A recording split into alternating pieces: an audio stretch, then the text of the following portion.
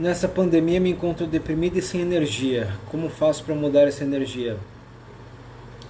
Bom, primeiro é entender o que é essa depressão aí, né? Provavelmente é uma tristeza, é um desânimo.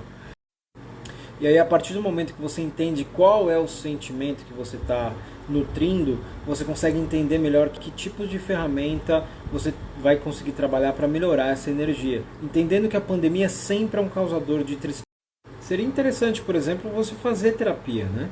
Porque às vezes é o estresse, a ansiedade que vai gerar esse tipo de baixa de energia e que gera esse pensamento de depressão. Tenho 2 filhos e estou de home office, estou estressado, o que eu faço? Também muito relacionado à pandemia, né? O home office que virou um padrão aí, basicamente, e também essa lidar com os filhos 24 horas junto com o trabalho. Querendo ou não, é um grande gerador de estresse, né? Lidar com os filhos 24 horas por dia, ser a professora que você não tem didática para isso, né? Então, lidar com os filhos 24 horas é realmente muito estressante. Uma coisa que eu falo muito que pode ajudar nesse processo de estresse é assim, é saber dividir um pouco mais as tarefas de casa. Então, junto com o marido ou para as outras pessoas com esposa, maridos e tal, dividir esse papel é fundamental. Sou fechado e não consigo falar do que sinto. Isso me prejudica muito. Tem alguma dica? Bom, a primeira coisa é que bom que você sabe que isso te prejudica muito, porque quando a gente sente e não consegue expressar, isso faz muito mal. Então, assim, tem N motivos para você ter esse tipo de comportamento. Alguma coisa pode ter acontecido, algum trauma, alguma questão que te machucou muito e você se fecha, como também pode ser uma questão da sua personalidade, uma coisa mais introvertida. Mas tanto sendo trauma quanto personalidade, dá para se trabalhar muito e isso é muito importante. Então o autoconhecimento é muito importante. Por isso que eu indico para todo mundo terapia, né? Isso vai te ajudar muito. A dica é essa. Quero mudar de área de trabalho, mas meu medo me consome. O que fazer? Medo do que, cara pálida? Medo pode ser de um monte de coisa, né? O medo é uma emoção primária, todo mundo tem. Agora o porquê? Porque o medo ele é hiper importante, né? Ele faz parte da nossa sobrevivência. Agora, o entendimento do porquê desse medo vai fazer toda a diferença para você começar a ressignificar a sua situação, o porquê desse medo. Então, entender qual que é o medo vai fazer toda a diferença. Mais uma coisa, por que você quer trocar de trabalho? Entenda o motivo, entenda o porquê. O porquê é muito importante. Se a gente não tem um porquê real, a gente não vai para frente. E por último, acho que uma coisa legal também de te passar é assim, um entendimento de micrometas, né? Então começa a criar pequenos passos para que você atinja esse objetivo de sair de uma área e para outra. Tenho alguns toques e isso me incomoda muito, parece que sou uma louca. Legal, tá. Toque, você diz transtorno obsessivo compulsivo, então é TOC. E aí, da onde vem essa ideia de que você tem toque? Alguém te falou? Você foi diagnosticada com toque? Já fez terapia? Já tratou com algum medicamento? Como é que é essa a sua ideia do toque? Tá? Eu pergunto isso porque tem muito diagnóstico errado por aí, ou muita gente que nem diagnóstico tem, né? E acha que tem porque, enfim, vê em um lugar, vê em outro e assim por diante, né? Mas tem que entender que toque é uma coisa bem séria. Então, e aí toque tem de vários tipos, né? De limpeza, de arrumação, de repetição, enfim, tem um monte de tipos de toque e eles são realmente prejudicam a vida da pessoa.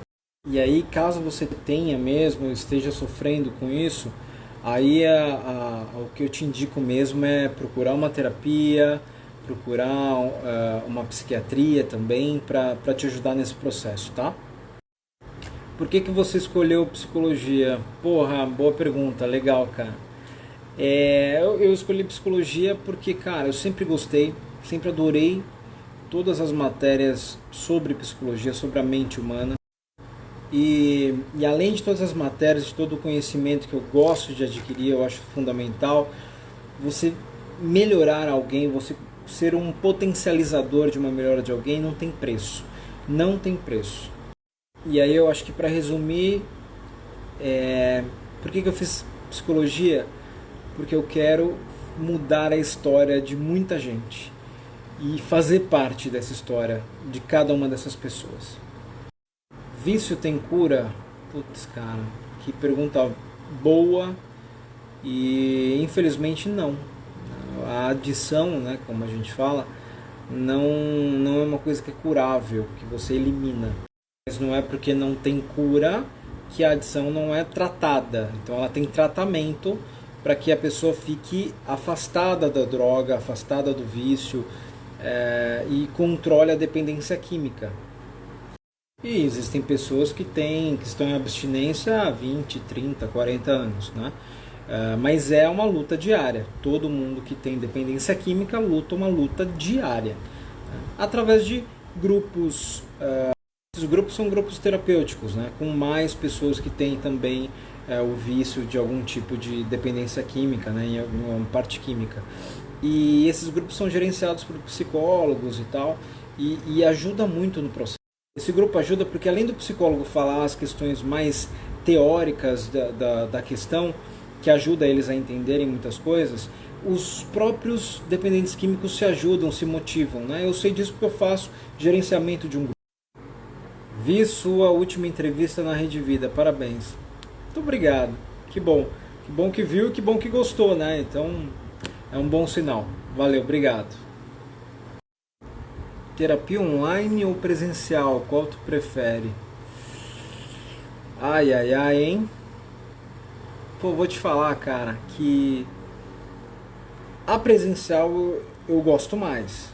Mas é uma questão muito mais pessoal minha. E também porque eu gosto de ler muito o corpo da pessoa, como é que ela está se portando, como ela se sente, como ela, enfim, como o corpo fala, né?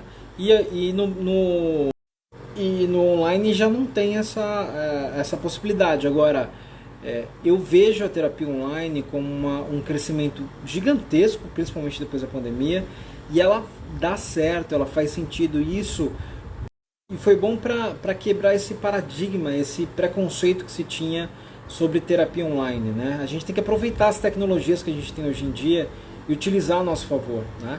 Hoje, para você ter ideia, eu atendo gente do mundo inteiro online. Pizza ou salada? Vixe Maria. É para falar só o gosto, né? Não é para falar se pode comer todo dia ou não sei o que. Bom, como bom italiano, obviamente pizza. Qual a sua percepção para a saúde mental nesse ano de 2021? Abraços. Cara, a minha percepção na real é que vai ser basicamente a mesma coisa que 2020. Então ainda muita gente sofrendo tanto com o vírus quanto com as consequências do vírus na sociedade, né?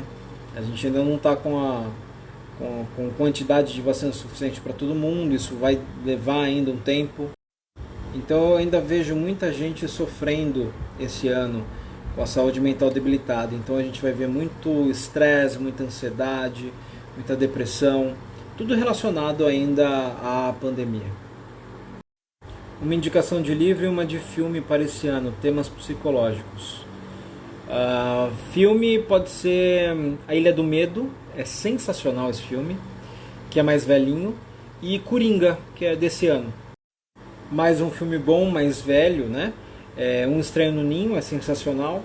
E livro, cara, eu vou passar uma que o meu paciente estava lendo, que ele até leu na sessão para mim umas partes, que chama A Paciente Silenciosa, bem legal. A acupuntura ajuda mesmo a lidar com a ansiedade? Sim, ela ajuda, é o que você falou bem, ela ajuda no tratamento da ansiedade, ela é mais uma coisa, né? Eu acho que é importante. Medo de dirigir pode estar relacionado a medo da morte? Pode.